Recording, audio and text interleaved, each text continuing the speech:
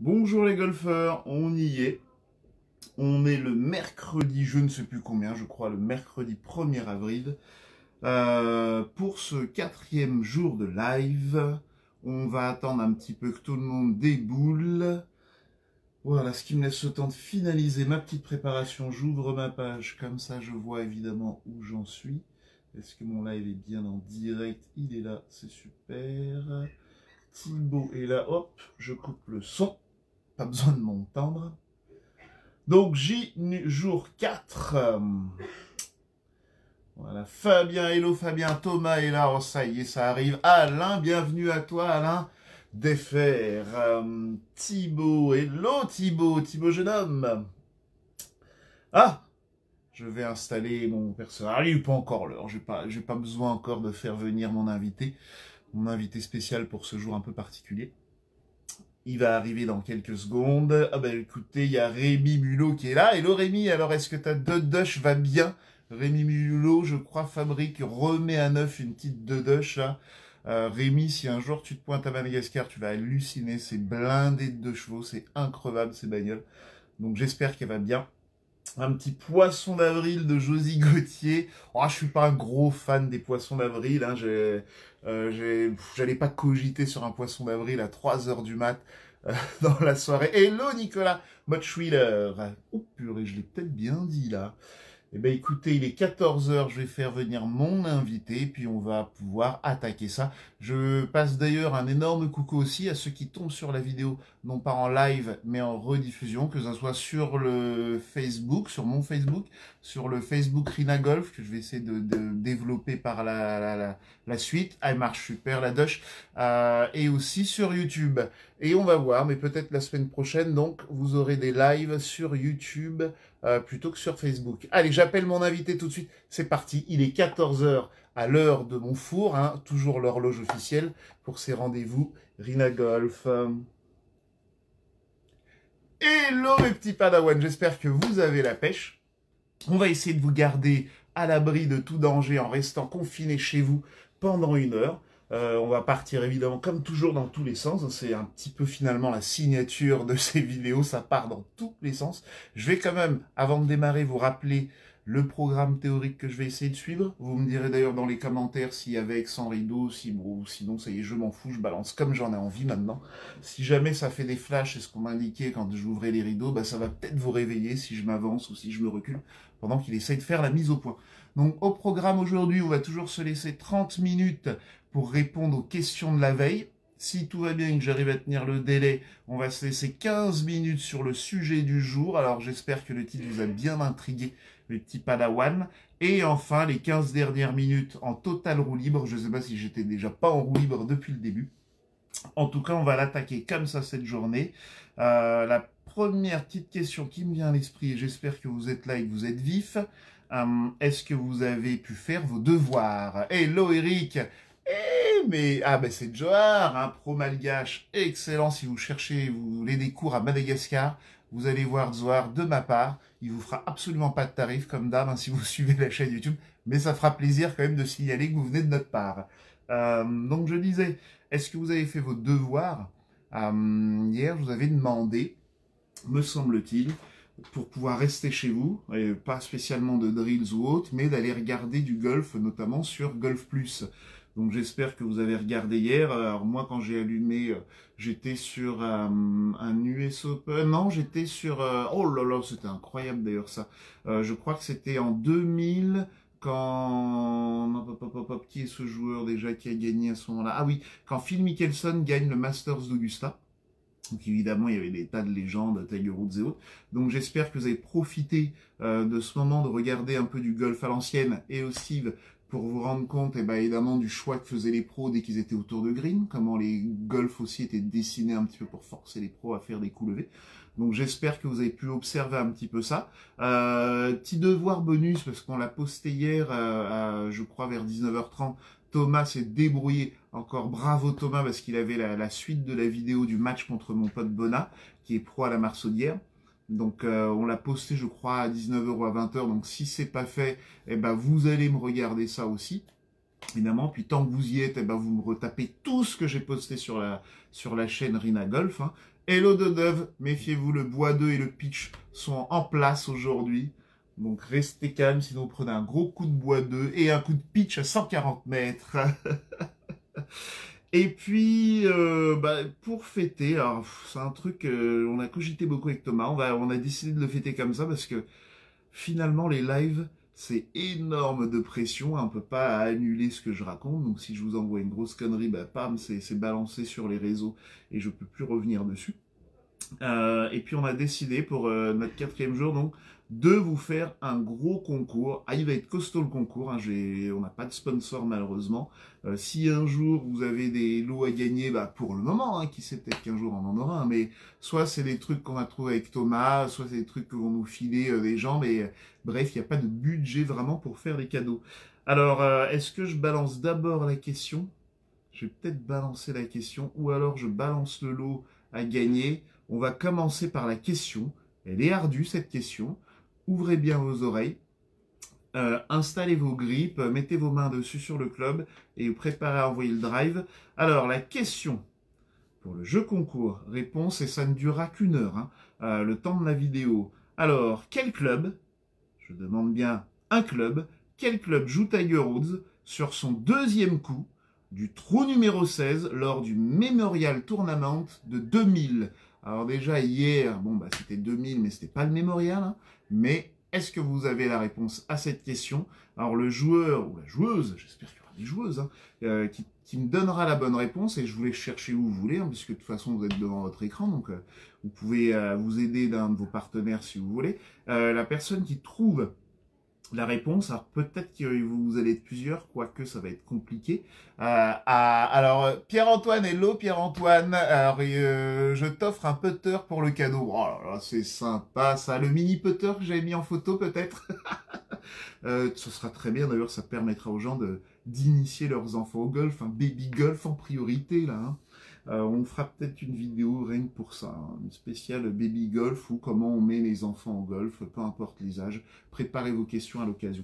Je disais donc, je reviens là-dessus, donc pour notre questionnaire, pour notre jeu tirage au sort, donc celui qui me donnera la bonne réponse, celui ou celle qui donne la bonne réponse, si vous êtes d'ailleurs plusieurs, on fera un tirage au sort avec Thomas, main innocente, ça sera Thomas, et donc à gagner, et ça sera au choix, je vais pas faire gagner les deux quand même, hein. J'espère Fabien Colas que tu es là et que tu ouvres tes mirettes, je vous laisserai le choix. Si vous gagnez, donc si vous trouvez le club qui a joué Tiger Woods, donc soit de remporter cette paire de chaussures, attention, disparition tour de magie, voilà. Donc on a ici, c'est les toutes dernières que je viens d'acheter, hein. Celles-là, elles font rêver plus d'un, hein. Donc celle-là, elle est en taille 44, c'est les Jordan 5 Low Golf. Donc soit vous choisissez cette paire si vous gagnez, ou j'ai une paire, je reprends en attendant, ou j'ai une paire un petit peu plus ancienne, hein. Je vous laisse le choix de la paire. Ou alors, si vous répondez au bon choix de club de Tiger Woods, j'ai cette 2e paire. Je ne mets pas les 2 paires en jeu, je vous rappelle, hein. Vous aurez le choix d'une des 2 paires. Alors, c'est pas la même pointure, parce qu'au début, je me tâtais chez Jordan, chez Nike, un petit peu pour savoir quelle pointure il me faut. Celle-là, elle est donc en 43, l'autre est en 44. Et hop, selon la taille que vous avez, peut-être qu'il y en a une que vous allez préférer par rapport à l'autre, hein. Donc, hop, je vous montre ça. Elles sont un petit peu plus usées, parce que j'ai fait quelques... Je suis allé à la Ryder Cup avec, en espérant tomber sur Michael Jordan. Malheureusement, j'ai pas eu de chance. Donc, cette paire-là, je vous donne le nom, c'est la Jordan 1, donc une des toutes premières Jordan, je crois. Mais ici, évidemment, en version golf. Et pour les newbies, les petits padawans qui démarrent vraiment le golf, une chaussure en version golf, qu'est-ce que c'est? C'est une chaussure imperméable, et avec au moins des petits picots pour que ça glisse quand vous êtes sur de la pelouse humide. Donc voilà pour le jeu. Vous me rappelez si jamais j'oublie d'annoncer le gagnant d'ici la fin. Thomas, tu es sur le coup, tu regardes un peu les réponses que donnent les joueurs. Et puis nous, on va pouvoir donc avancer dans notre programme. Mes petits sponsors aujourd'hui. J'ai un petit jus ici, bougez pas, je vous dis ce que c'est. Je crois qu'il y a un petit peu de mangue, il y en a paraît-il. J'ai toujours mon petit légendaire Coca. Moi, je me suis pas rué au supermarché pour acheter des tonnes de PQ. Je suis allé acheter mes petits coca bouteilles. Et maintenant que j'ai la main, je vous ouvre ça, mais en 2-2 normalement. Ça marche avec mon relève pitch. Voilà, des fois que j'aurai la gorge asséchée et donc je pourrai tenir ce live. Incroyable, il a le même goût que celui d'hier, toujours aussi excellent. Allez, on va donc pouvoir reprendre le programme. Il est 14h08 à la montre de mon four. J'espère que tout le monde est bien présent. Ah, il y a vraiment quelques passionnés, quelques abonnés là, hein. J'espère que ça vous fait toujours marrer. Je réponds tout de suite à une question de Christophe Beau. J'enlève plus jamais mon peignoir tant qu'on n'a pas quitté le confinement. Je ne me mets pas en mode prof de golf, je suis en mode confinement. Donc j'aurai le peignoir. Vous me rappelez donc bien pour le jeu, avant la fin de l'heure, de rappeler le gagnant, donc celui à qui on va devoir. Alors peut-être qu'il faudra aussi attendre la fin du confinement pour qu'on puisse envoyer ça. Enfin bref, vous verrez bien, mais il y a des JoJo's à gagner. Alors t'as raté le début, aïe aïe aïe aïe Philippe Wachowski, tu as raté le début. Eh ben il y a une paire de JoJo's à gagner. Et malheureusement, tu as que jusqu'à la fin de la vidéo pour me donner la réponse à la question: quel club joue Tiger Woods sur le deuxième coup du trou numéro 16 du Memorial Tournament de 2000. Voilà. Eh ben, on va attaquer. Ça y est, l'heure est venue. On va essayer d'entamer nos 30 premières minutes sur les questions de la veille. J'en ai sélectionné quelques-unes. Je vais peut-être vous rebalancer direct le petit débat du jour hein, qu'on aura d'ici une demi-heure.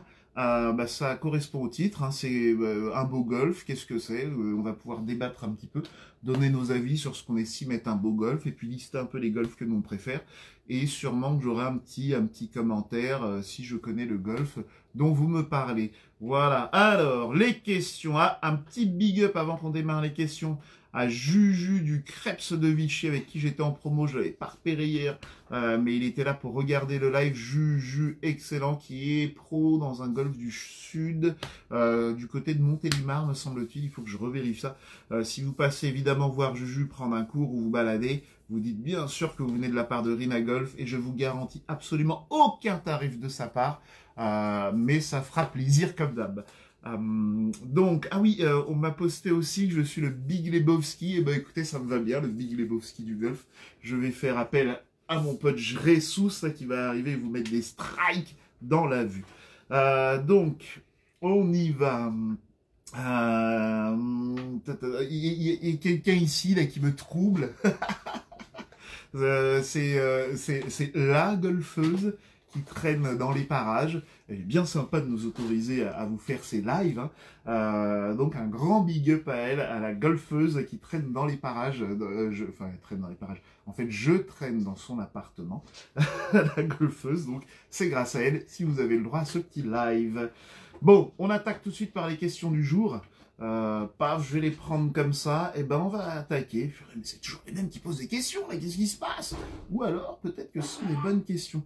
Donc la question, elle est de Fabien Colas. Je vais chercher tout de suite la note de ta question, mon Fabien. Et c'est une question que je vais noter 10 cœurs pour toi, Fabien. Une question vraiment à 10 cœurs. Accrochez-vous, les petits padawans. Et la question de Fabien, je crois que c'est ça. Il m'avait posé plusieurs, mais celle que j'ai bien retenue, c'est... alors c'est peut-être aussi un mélange d'une question de Mariella Darcy. Hein, donc je vais répondre un peu pour les deux. La question, c'est à partir de quel niveau tu peux faire un parcours coaché?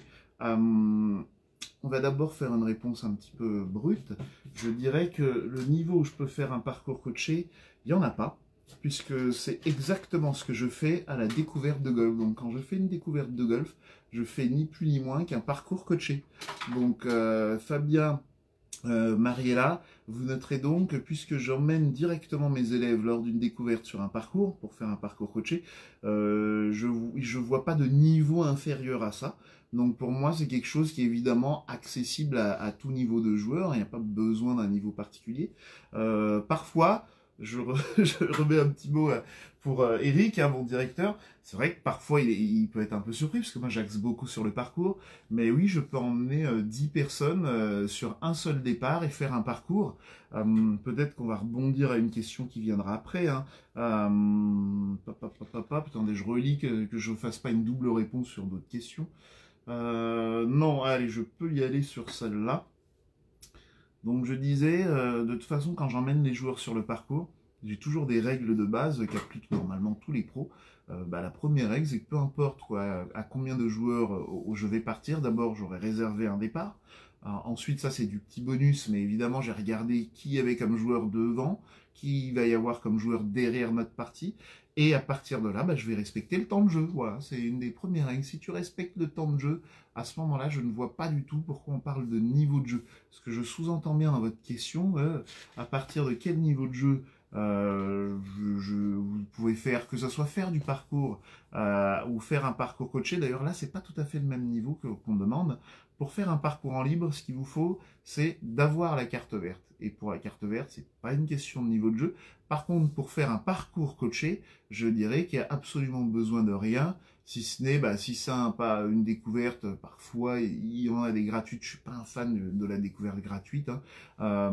Mais il y a des découvertes vraiment pas chères, hein. Je crois que chez nous on en a aussi dans les 10 euros, et de temps en temps peut-être sur quelques promos on en fera des gratuites, mais ça marche jamais très bien, c'est juste des gens qui viennent se marrer comme ça, enfin on doit se marrer au golf, mais je veux dire, histoire de dire je suis allé me balader au golf, c'est tout. Mais ils n'ont pas du tout l'esprit ouvert pour essayer de comprendre. Si à ce moment-là on leur met ne serait-ce qu'un euro, je pense qu'ils seraient beaucoup plus attentifs. Je reviens donc sur la réponse à la question. Pour pouvoir faire un parcours coaché, il te faut absolument rien, puisque c'est la responsabilité du pro. Si c'est avec moi, donc c'est ma responsabilité de gérer tout le reste.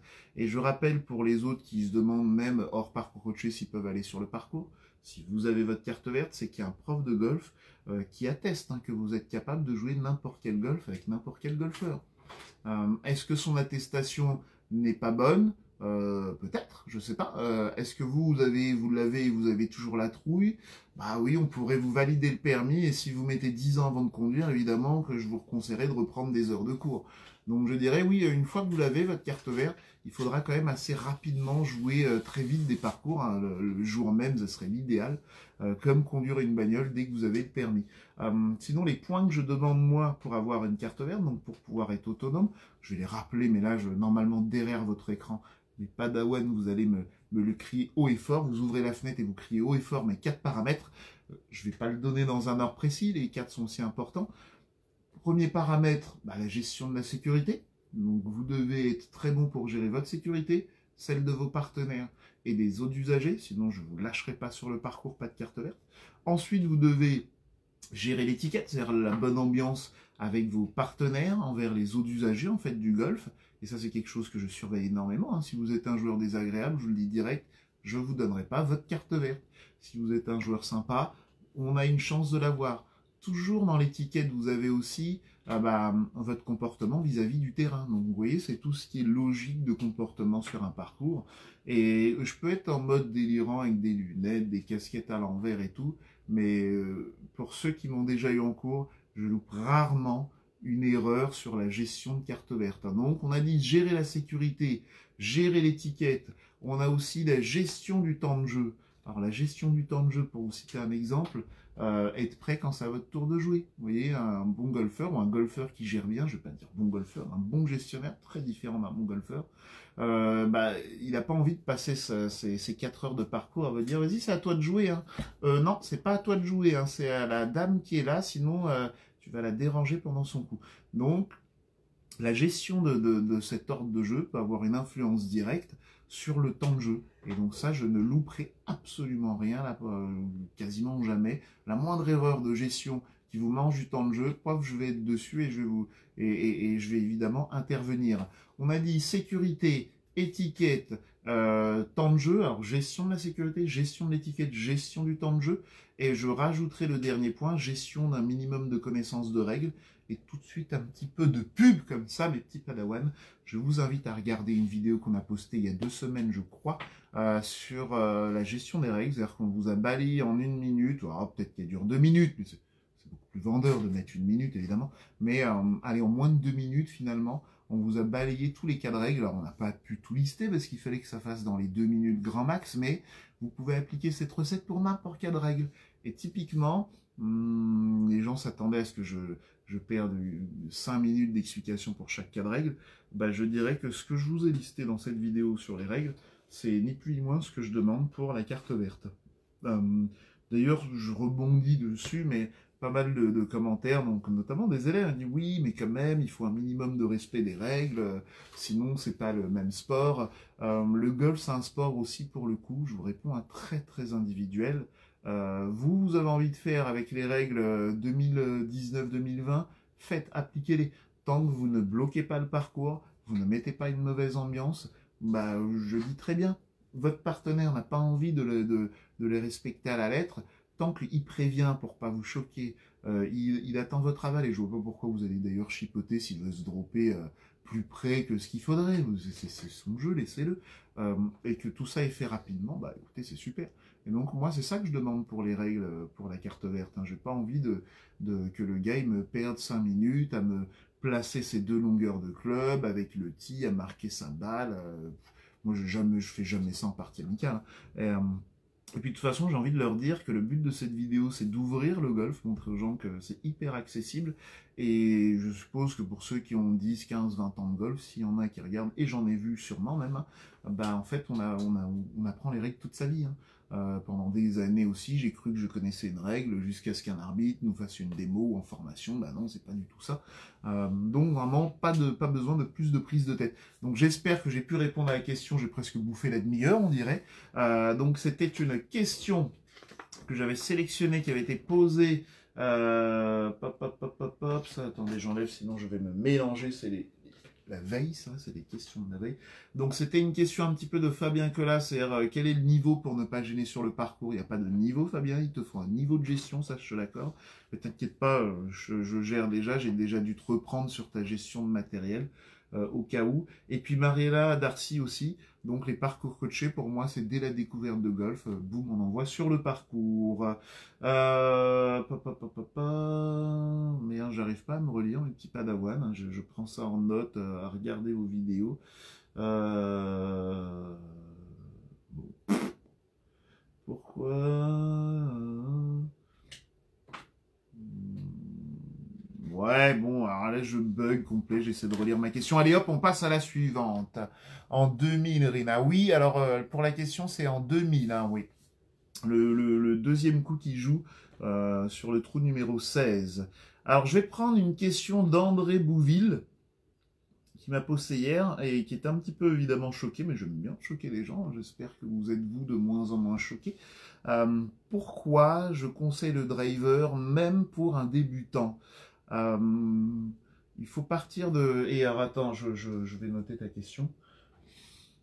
Je vais mettre un 10, André, pour ta question aussi, parce que autant je peux balancer des trucs qui vous semblent complètement improbables, autant je me dois de le justifier, parce que bah oui, c'est mon métier, je suis prof de golf.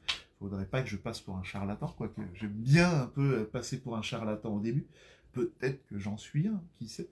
Donc, pourquoi je conseille le driver, même pour un débutant? Eh ben, parce que le driver est un club comme un autre. C'est-à-dire que tant que tu es débutant, tu vas galérer avec tous tes clubs. En fait, le fair set n'est pas plus dur que le driver. Je rappellerai toujours ça à mes élèves. Tu joues juste tellement plus souvent le fair set que le driver qu'évidemment, tu es bon au fair set. Donc, partant de ce postulat, de ce constat, eh ben, j'essaye de mettre un driver immédiatement auprès de mes élèves, parce que tant qu'ils sont mauvais et qu'ils l'ont vite, bah, ils vont pouvoir progresser rapidement avec. Donc pour moi, j'ai été moi-même victime un peu de ça. Hein. C'est-à-dire, quand tu taperas bien tes fers, on parlera de ton driver. Au final, on m'a filé juste un bois 3 quand je reviens en disant oui, je tape bien mes fers, t'inquiète prof. On peut parler driver, on dit bah tiens, commence par bien taper le bois 3 et on verra après. Et au bout du bout, oui, j'ai mis 6, 7, presque 10 ans, je crois, où j'ai plus de tête, mais avant d'avoir un driver.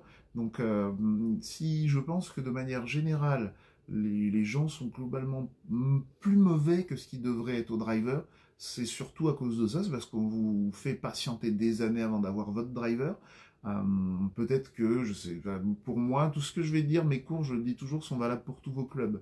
Donc, hop, on y va, on sort le driver, hein, et c'est là ils sont surpris de dire, bah non, mais on m'a pas dit Ah bon, il y a un cours, ils attendent un cours de driver, mais tous mes cours sont valables pour tous les clubs. Donc voilà André, je trouve que le driver il faut l'avoir au plus tôt.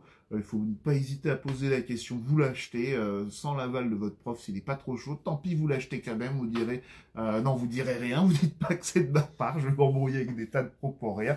Hello José, hello Jean-Charles Taureau est là, il est pro au golf de Ténac. Merci à ma golfeuse assistante du fond qui est là, heureusement, qui a de la mémoire pour moi. Jean-Charles, donc, qui était pro aussi sur le circuit, hein, donc j'espère à l'occasion on ira se faire, pourquoi pas pour visiter ce golf, j'irai me manger une raclée par Jean-Charles et tester son superbe golf, très très tordu comme golf. Donc voilà, j'espère que j'ai à peu près répondu à ta question André, je répondrai un peu plus brièvement, et pourquoi pas un driver tout de suite, voilà. Question suivante. Eh ben, c'est un petit peu pour une précision de ce qu'on avait dit la veille. Il est 23, j'ai encore un peu de temps. Thomas me rappelle que parfois mes réponses sont un peu longues, mais c'est comme ça, vous me lancez sur une question et je démarre au quart de tour. Hein. Donc je reprends un petit truc, puisque je parlais hier de la stratégie, et je disais que tous mes élèves sont de niveau 1, et je rappelle ce que c'est un niveau 1 pour moi, j'espère que le jus va pas me faire dériver ailleurs. Donc joueurs de niveau 1, c'est des joueurs qui finalement n'ont pas de notion de stratégie, c'est pas de leur faute, je pense qu'on leur en parle pas. Ils n'ont pas donc de... Salut Jean-Charles, ils n'ont pas de stratégie, ils n'ont aucun niveau de stratégie, et je vais y aller un peu fort, je vais peut-être vous choquer, ils essaient juste de jouer un joli coup. Alors, je vais vous choquer parce que vous êtes nombreux à essayer de jouer un joli coup, il n'y a pas de raison, j'ai fait ça pendant 20 ans, donc je ne comprendrai pas que vous ne le fassiez pas comme moi. Donc ils cherchent juste à faire un joli coup levé, donc bord de green, lob shot qui tombe direct dans le trou, voilà leur rêve. Ensuite, je les passe en niveau 2, et tout ça n'est que virtuel, hein, c'est moi qui le décide dans ma tête. C'est parce que quand je les ai observés, soit pendant un cours, soit sur le parcours, des fois je m'entraîne, et en fait j'essaie toujours, si je m'entraîne, d'avoir une vue très large sur le parcours, donc je peux surveiller des élèves qui passent sans qu'ils me voient. C'est des petits secrets comme ça de prof de golf. Et quand ils arrivent au bord d'un green, je regarde l'approche que va faire mon élève. Sur un élève que j'ai eu en cours, par exemple, il y a 2 jours. Et là, il se pointe, je suis planqué dans les bunkers, il ne me voit pas. Et puis, il est bord de green, et il me sort son sandwich. Bon, bah là, d'office, il est niveau 1, puisque moi, j'ai estimé, en regardant la situation, qu'il aurait pu jouer le putter, faire un coup beaucoup plus simple. Hello Alexei, les gars de Rony sont toujours là. Donc, il est en niveau 1, parce qu'il n'y a pas de stratégie. Cela dit, j'en vois, à force de les bassiner en cours, et ben, je vois, il est là, bord de green, je le vois parfois hésitant, ou même direct, hein, et puis il me sort un putter, ou parfois un faire 7 roulé, enfin, en tout cas, le coup que j'estime être le plus simple.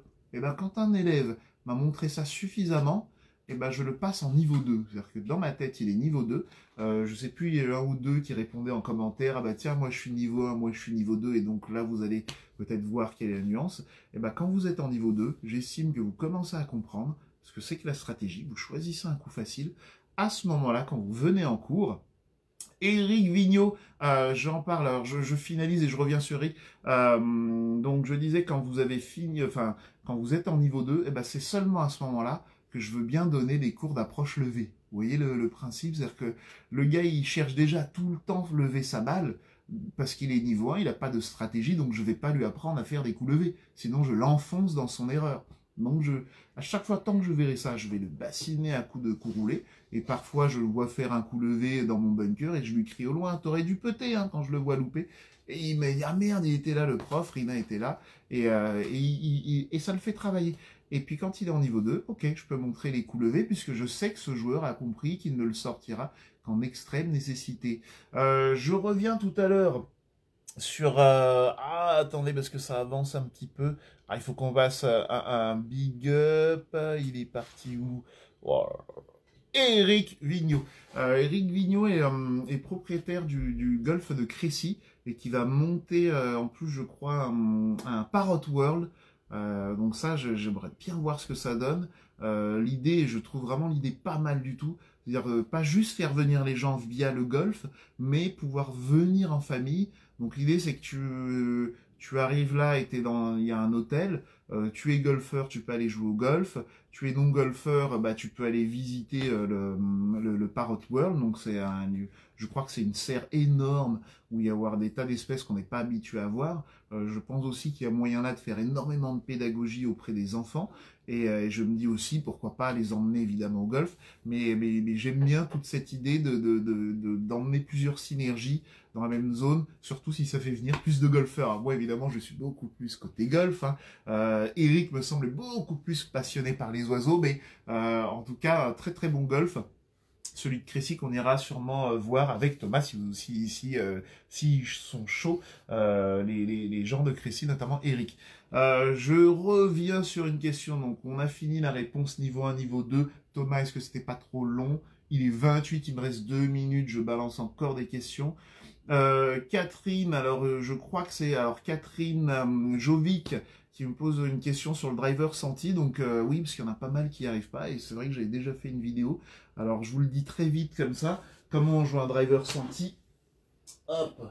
Alors comme je vous l'ai dit, j'ai pas mon matos, mais j'ai réussi à trouver un petit peu du matos. Ouh là là, ça c'est du légendaire. Alors si mon José Sobrado est là, il va halluciner. Moi je ne bois pas, mais j'ai les bons covers. Et je vous ouvre ça. Alors attention mes petits padawans, là il y a du lourd. Ça c'est du driver dont je rêvais quand je démarrais le golf à peu près. Alors vous voyez là ici, c'est un driver donc, de chez Callaway Big Bertha. C'était parmi les premiers modèles en titanium. Et vous notez l'ouverture du driver, 7,5. Ouais, à l'époque on pensait que plus le driver était fermé, plus on allait envoyer loin. Ah oui, je devais répondre à cette fameuse question. Donc si vous voulez réussir un drive senti, j'essaie de retrouver la bonne balle. Merde, je l'ai plus. Bon. Pas grave. On va piquer cette balle pour aujourd'hui. Et ben c'est très simple pour arriver à taper votre drive senti. Et c'est toujours une notion technique que je vais défendre. Donc là, on va rentrer dans la technique maintenant. Et ben, il suffit de taper votre drive en glissant au sol. Donc voilà le secret pour taper un drive senti.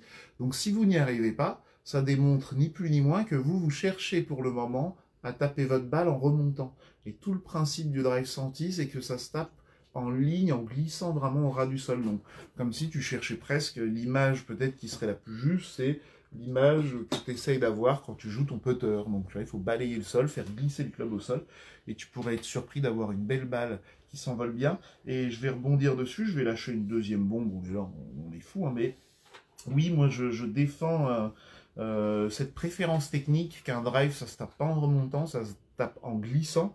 Si je défends ça, je vais dévoiler un petit début de secret. Hein. C'est parce que, et je peux le comprendre, hein, beaucoup vont préconiser de frapper légèrement en remontant, dans une optique de gagner en distance. Seulement, moi, je pense que il n'y a pas spécialement besoin de gagner en distance, bien que j'axe beaucoup sur la puissance, puisque le driver en lui-même est conçu pour envoyer la balle loin.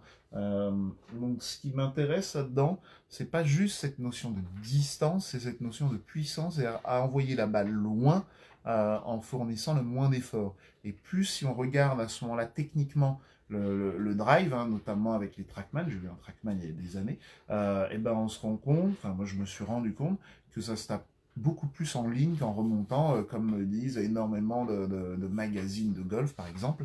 Moi, je constate, et vous pouvez taper ça, vous allez sur Internet, vous tapez Trackman Data. Ce sont en fait les moyennes des données qu'ont tous les joueurs du PGA Tour. Je ne sais plus, ils avaient fait ça, ils font ça peut-être tous les ans.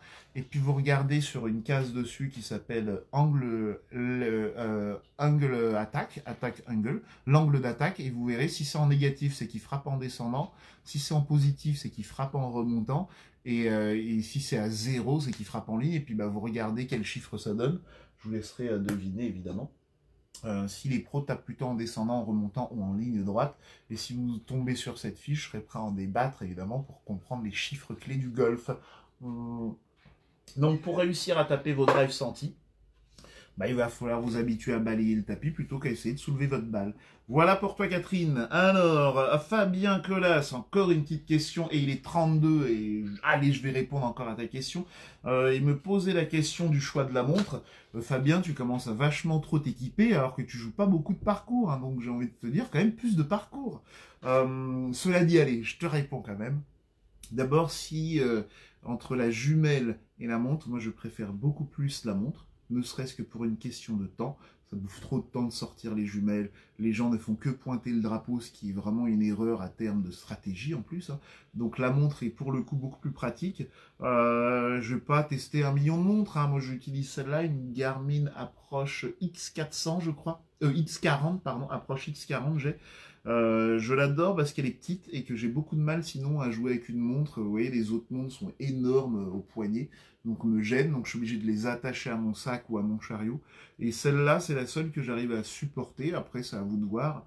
Globalement, allez, mon conseil, j'aime bien une marque comme Garmin qui est spécialisée dans la cartographie, qui est spécialisée dans les GPS portables et qui sont vraiment les pionniers dans la cartographie de parcours de golf.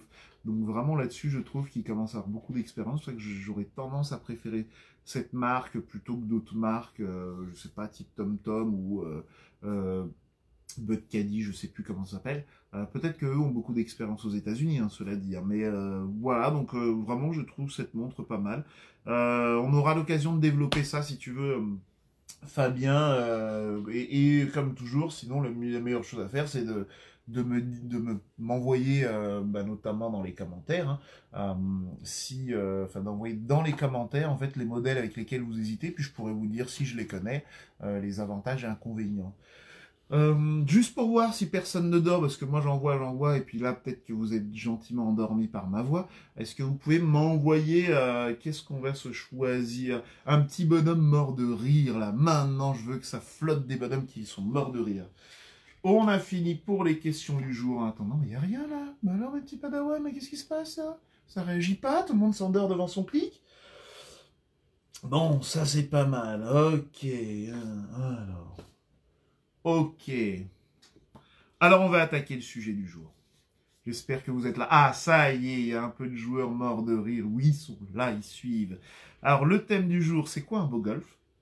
Je vais commencer à déblatérer sur ce que j'appelle un beau golf, moi, personnellement.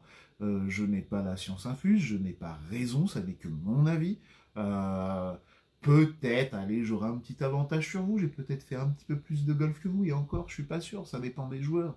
Mais, et puis, pendant que je vais vous déblatérer sur ce que j'appelle un beau golf, j'aimerais que vous m'indiquiez en commentaire les golfs que vous trouvez le plus beau golf que vous aviez testé. Si je le connais, j'en parlerai, si je ne connais pas, j'essaierai de le faire, et je pense que Thomas sera ravi de pouvoir venir le tester.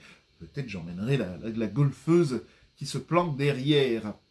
Alors, qu'est-ce qu'un beau golf pour moi? Il y a plusieurs types de golf. Hein. Donc, j'ai fait évidemment, depuis que je joue au golf, j'ai fait des inland, des golfs, on va dire, de plaine ou d'intérieur. J'ai fait des golfs de bord de mer, merde, j'ai oublié le nom des golfs à l'écossaise, mais bon, bref, vous voyez ce que c'est.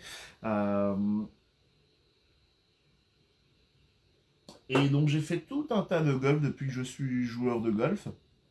Et je dirais comme ça, si je vais sélectionner, je vais d'abord parler des golfs en France. Pour moi, le plus beau golf que j'ai fait en France, c'est le golf de Seignos. Alors, il y en a qui vont me dire, oui, il est sympa, mais j'en connais des mieux. On verra bien. Mais moi, si je devais en citer un comme ça serait Seignos.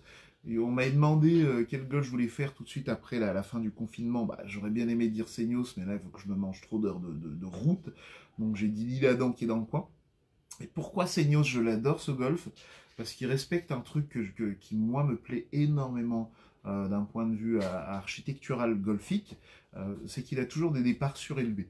Donc ça c'est vraiment quelque chose que moi j'apprécie personnellement. Tu arrives à ton départ et tu as un panorama qui se livre à toi, puisque le trou est en contrebas. Donc ça te permet vraiment en un coup d'œil de voir la totalité du trou parfois. Et tu as toujours cette impression là d'une part un peu de vertige. D'ailleurs tu vois un peu ce qui se passe en bas, mais souvent ce genre de trou aussi, quand tu lèves un peu le nez, tu as une vue hyper dégagée sur la région où tu te situes.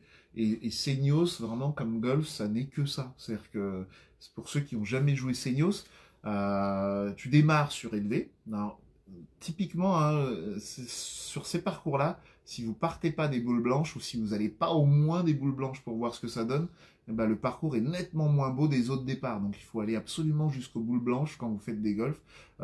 Si vous osez, bah, vous envoyez un drive et comme je vous dis, en cas de galère, vous ramassez ou vous avancez aux 135 mètres et vous perdez pas de temps, mais au moins vous avez vu ce que c'est de mettre un drive avec le départ vraiment prévu par l'architecte pour en mettre plein la vue.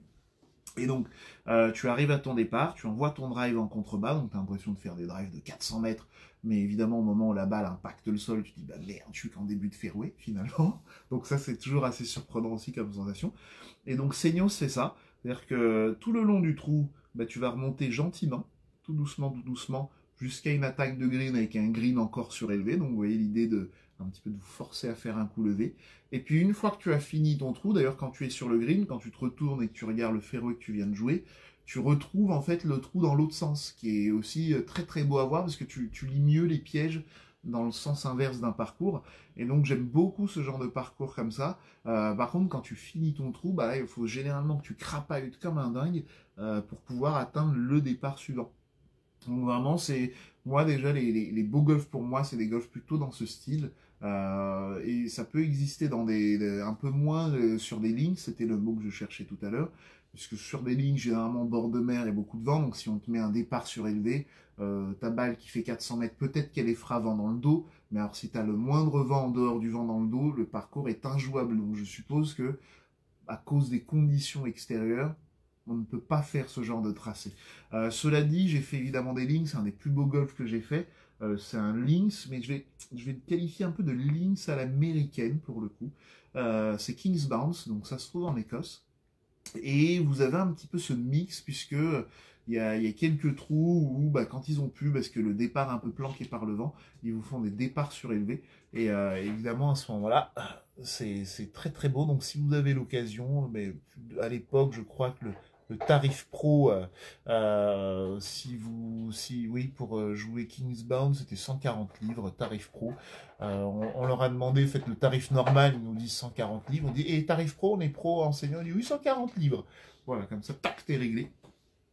Et puis voilà, ce que j'appelle un beau golf. Alors, évidemment, la qualité de l'entretien aussi, c'est quelque chose de primordial parce que quand notamment en Kings Bounce, 140 livres, donc ça faisait à peu près 200 euros hein, le green fee. Euh, Dès le 1, en fait, t'en prends plein la vue au niveau visuel. Et puis, t'oses presque pas taper ta balle, puisque le fairway, tout est décalé. En fait, ton fairway ressemble à... Le fairway que tu vas avoir ressemble au green que tu as habituellement dans ton golf. Les avant-greens, alors là, tu me dis déjà, mais j'ai pas mieux, donc j'ai pas de référence. Je te laisse imaginer les greens. Alors là, c'est des miroirs. Donc tout ça, vraiment, participe à la folie de ces beaux golfs. Alors parfois aussi le clubhouse peut me surprendre et j'aime bien traîner, j'aime bien aussi quand il y a une belle boutique, prendre toujours un ou deux souvenirs. Mais vraiment pour moi aller comme ça, je dirais à l'heure actuelle, ouais, je vais dire Seignos quand même dans mes beaux golfs. Hein. Et je vous dis ça, j'en ai fait quand même pas mal hein, des golfs. Hein. J'ai fait les boards notamment.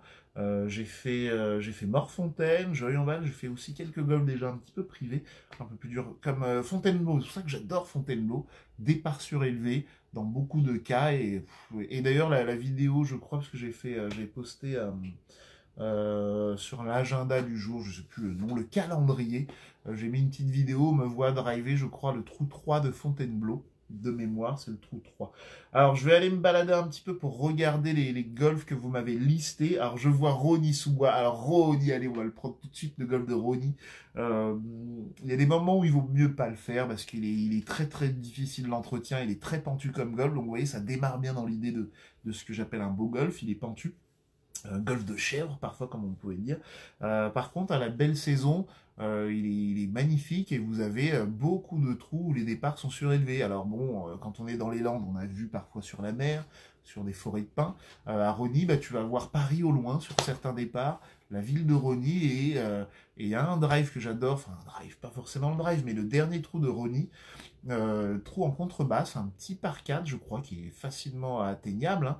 Enfin, facilement, tu vois pas le green, il est en aveugle en contrebas, mais quand tu tapes ton drive, tu as l'impression de driver vers un immeuble. Alors, il y en a qui disent oui, mais c'est moche un immeuble. Moi, j'aime bien ce côté un peu urbain aussi, parfois des golfs, c'est-à-dire driver vers un immeuble, moi j'adore. Donc Rony, vraiment, il vaut le coup à être vu.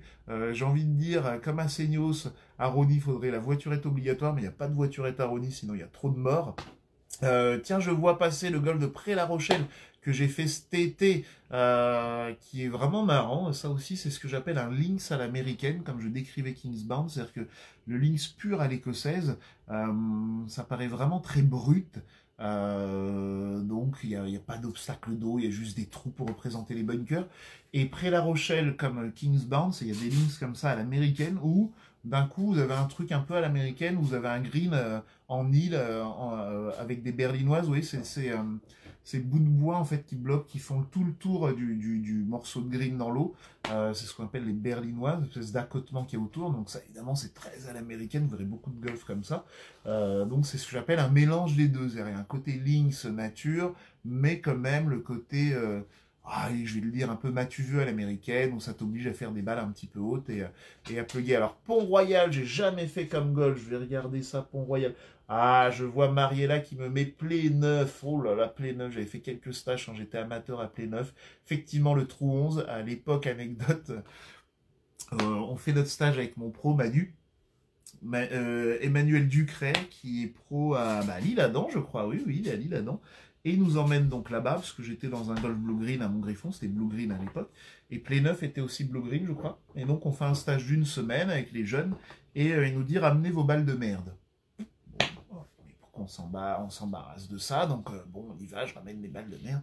Et puis en fait, on arrive au départ du 11, et il nous dit vous pouvez sortir vos balles de merde, et le départ noir, je crois, peut-être blanc, il est vraiment sur un petit monticule. Là, tu domines toute la plage, le fairway, il paraît ridicule en bas. Et là, je pense que j'ai pu faire peut-être ce jour-là un drive de 500 mètres grâce au dénivelé. Donc vraiment un très très beau golf aussi, celui-là à faire. S'il y a du vent, vous mettez le bonnet, vous regardez pas votre score, mais vous essayez de tenir et ça va bien le faire. Qu'est-ce qu'on a d'autre? Play 9, Rony, j'en ai parlé. Un golf. Grenoble-Bresson, bah voilà le genre de golf que j'ai pas encore pu faire, j'irais bien le faire, mais Grenoble, Bresson, tout ça, ça sonne la montagne. À mon avis, tu en baves avant d'arriver à chaque départ, mais à chaque départ, ça doit être magnifique de reprendre ton souffle. Je vois Steve qui veut absolument gagner les pompes et il trouve pas. Chip In en 2012 Memorial Tournament, je vois pas. Ah, écoute, je te donnerai la réponse, mais cherche encore un petit peu, tu pourras peut-être trouver. Je vais chercher encore quelques parcours. Alors, bien sûr, Fontainebleau, magnifique, mais vous ne dites rien, mais on essaiera de faire un vlog à Fontainebleau. J'avais déjà demandé un peu à la direction, mais il faut qu'ils réunissent le comité directeur pour valider ou pas. Je crois qu'on va y aller à l'arrache. Je n'étais pas censé le dire, je m'en fous. De toute façon, personne ne me connaît. Je suis Rinagol, j'ai pas de papier. Mais on essaiera de le faire. Hein. Donc Bresson, ça doit être vraiment ça. Hein. Fontainebleau, magnifique. Golf du Haut-Poitou, je l'ai déjà fait, je crois. Le Haut-Poitou, ça date. Effectivement, un golf avec beaucoup de dévers. Il me semble qu'il y a un trou qui est à côté du putting green. C'était pas pour le Grand Prix que je l'avais fait. J'étais en formation donc entre 2004 et 2006 et Jonathan Briouin qui était là hier, peut-être qu'il est là aujourd'hui, je lui passe un big up alias Speedy Gonzalez qui nous avait emmené je crois dans ce golf du Haut-Poitou. Courson est pas mal du tout. Je mettrai, allez, un petit bémol, il est un chouï moins bien entretenu qu'avant, mais moi je l'ai connu à une époque, bon, j'ai connu une époque où c'était comme l'Albatros, hein, mais reste un tracé vraiment magnifique avec ses quelques départs surélevés. Notamment, là, il y a une partie orange à la fin que j'aime beaucoup aussi. Orange, c'est pas un de mes préférés, le parcours orange, mais la fin du orange, j'adore. J'aime beaucoup le parcours violet aussi à Courson. Il est assez tordu, notamment un trou qui arrive vers le début, je crois. Attendez, je fais mes calculs. Le trou 1, le trou 2, peut-être le trou 3-4, quelque chose comme ça, où c'est un dogleg droit avec une pièce d'eau à l'arrivée et un green un peu surélevé qui est vraiment magnifique aussi. La Rochelle, donc j'en ai parlé. Et ben si t'es à côté de La Rochelle, t'es pas si loin de mon pote Jean-Charles Toreux, donc il faut aller passer le voir. Hein. Il va te régler le swing aux petits oignons. Le golf des volcans. Ah, je l'ai fait, je passe un big up à un pote à moi qui est pro golf des volcans. Mince, son nom m'échappe. Oh là là là là là, il va me tuer. Bon, il est pro golf des volcans. De Dove, aide-moi, là, ressors-moi ça, là. Enfin, bon, bref. Mais le golf des volcans est vraiment superbe, il est vraiment difficile aussi comme golf. Les S, ben voilà un golf qu'on peut dire région parisienne, je crois, les S, que je n'ai pas encore fait. Il va falloir absolument que j'aille le faire, les S. Donc Jean-Charles, à l'occasion, je sais plus si c'est dans ton coin, mais il me semble que c'est assez proche de l'Île-de-France. C'est peut-être entre l'Île-de-France et la Normandie dans ma tête. Et j'irais bien le tester les S, mais on en a dit beaucoup de bien. Alors Fabien qui me demande S2 ou S20, mais moi je te dis approche X40.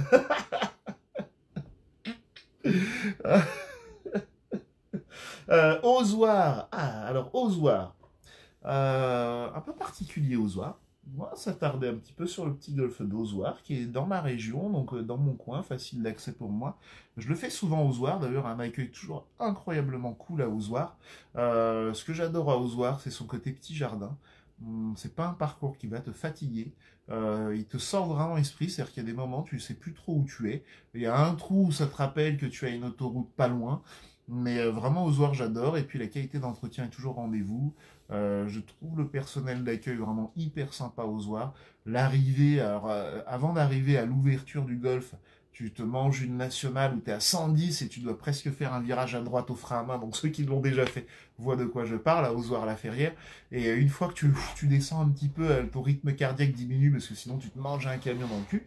Et ben, il t'ouvre la grille et là, bam, un énorme château, on va dire, c'est pas vraiment un château, mais si, allez, on va dire un château, avec un petit green au pied, et rien que là, j'adore l'entrée d'Ozoir. Donc Ozoir, vraiment sympa, il faut aller me le faire. Ozoir, je regarde encore un petit peu les golfs que vous proposez. Houston Golf, oh là là, le trou 16, là, j'ai envie d'y aller au Houston Golf, là. Le trou 16, le trou du diable. Pour ceux qui l'ont pas encore vu, mais bon, vu que vous êtes là en ligne, je pense que vous êtes suffisamment accro au golf. Mais il y a une émission qui s'appelle merde, sur Canal. Bref, ils ont fait un épisode sur le trou du diable, ça s'appelle. Intérieur Sport, je crois, une émission que j'adore. Et puis vous allez voir ce que c'est. Mais Houston, on en met plein la vue. Allez, si on est chaud, on y va tous ensemble. On va aller se faire un Houston et voir ce que c'est un trou de 100 mètres avec des grains d'eau autour. Château Lumière, Cyril Arnaud, je ne l'ai pas fait encore. Pourtant, j'en ai fait des grands prix. J'ai tourné alors beaucoup en Ile-de-France. J'ai fait pas mal de golf dans les Landes. Le golf d'Annecy, oulala, celui-là, je ne l'ai pas encore testé non plus. Mais évidemment, ça, c'est en montagne. Donc, ça doit être magnifique, le golf d'Annecy. Montpellier, je crois que j'ai pas fait Massan, mais j'ai fait la Grande Motte, ce qui m'avait fait marrer et dédicace à Didier Brun, du côté de chez Swing, c'est blindé j'allais dire de castors, mais de ragondins. À l'époque, quand j'y étais, il y avait vraiment beaucoup de ragondins. Barbarou, oh là là, ça c'est des golfs que j'ai pas encore fait, faut que j'aille faire. Qu'est-ce qu'on a d'autre? Dinard, eh ben écoutez, j'ai pas fait Dinard. C'est vrai que dans les... Oh, il y a un golf que je fais au Pro-Am de la Côte d'Opale. Euh, Ardelot-les-Dunes. Oh, magnifique. Alors là, c'est pas compliqué, Ardelot-les-Dunes. Pour moi, ils ont essayé de piquer un petit peu Seignos. Voilà, donc si tu veux aller à Seignos, Marc, je pourrais faire ça, hein. Ça sera moins long d'aller à Seignos, mais Ardelot-les-Dunes, vraiment, il est incroyable. Absolument à faire, Ardelot-les-Dunes. Je regarde encore ce que proposait comme golf. Torcy, le golf de Torcy, mais je vais pas oublier le golf de Torcy. Après, est-ce que c'est dans les plus beaux golfs? Je peux pas dire oui, mais Torcy a quand même quelques particularités. Il a un par 5 énorme qui est le trou 2. C'est mon pote Log qui gère l'entretien, donc il a vraiment changé depuis. Donc c'est les mêmes jardiniers, enfin c'est l'équipe qui gère l'entreprise, qui gère l'entretien chez nous à Champigny, qui gère l'entretien au golf de Torcy. Et il a vraiment changé, puisque moi j'étais un des premiers profs à Torcy à l'ouverture, je crois quelque chose comme 2007, quelque chose comme ça. Et purée, il y avait du boulot hein, au moment de l'ouverture, donc il s'est vachement amélioré depuis. Mauboutini, alors oui, c'est un golf en dénivelé, mais je suis pas fan, voilà, c'est rien à voir avec le golf, c'est que Mauboutini, d'abord, je faisais les grands prix à Mauboutini, donc je prenais toujours cher. Il y a des trous, en fait, qui sont pas juste beau, mais je qualifierais presque d'injouable. Allez, c'est-à-dire qu'il faut presque un coup de chance pour t'en sortir sur ce trou. Et c'est pour ça que je l'aime pas trop. Et surtout, il y est pour rien, un mot, mais et d'ailleurs ils sont sympas, mais ils acceptaient énormément des matchs d'équipe, comme les golfs qui acceptent les matchs d'équipe. Et donc j'ai fait énormément de mots en plein hiver, quand t'as des trous avec des forts dévers, le terrain il ne peut pas être autrement que gras puisque t'es en plein hiver. Bah, je te laisse imaginer mes hivers de 20 ans à 25, à 25 ans, c'était catastrophe. Donc j'ai des pas top souvenirs à Meaux, mais en bonne saison et tout, et je vous conseille direct la voiturette. Hein. D'ailleurs, en fait, c'est ça le problème, un beau golf, il faut être en voiturette. Donc foncez. À chaque fois d'ailleurs que vous réservez une voiturette, essayez de préciser que c'est Rina Golf qui vous oblige à réserver une voiturette.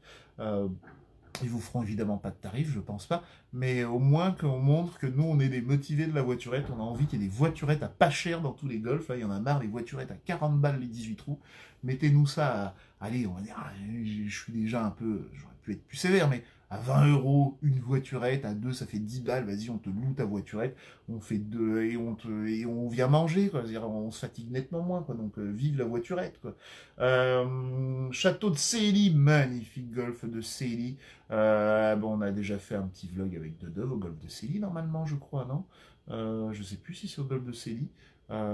Si c'est pas le cas, maintenant c'était à Courson, oulala, je suis grave, moi. Eh ben, on ira se faire des vlogs à Célie.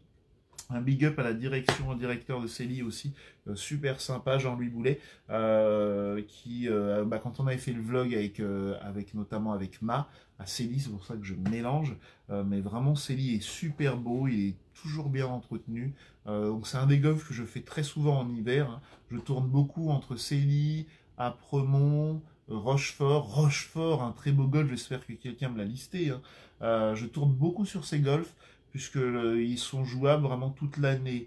Ah, on me parle des vieux souvenirs, et méfie-toi, Igor, Opi, il y a des anciens du Krebs de Vichy qui regardent mes potes pro de golf, notre promotion prof de golf 2004-2006.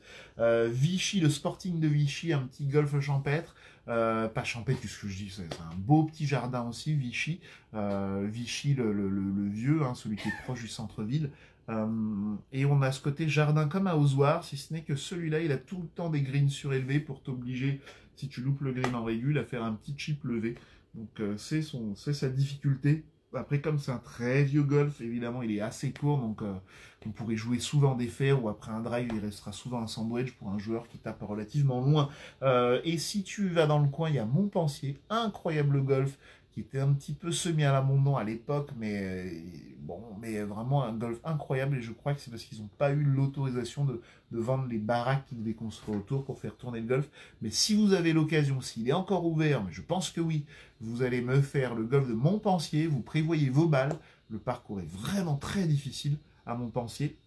Il y a notamment le trou 17, je m'en souviendrai à vie, trou 17, je crois que c'est un par 4 qui doit faire 340 mètres avec un dogleg droit, angle droit sur le trou. Et on faisait toujours des matchs puisqu'on était en formation à Vichy.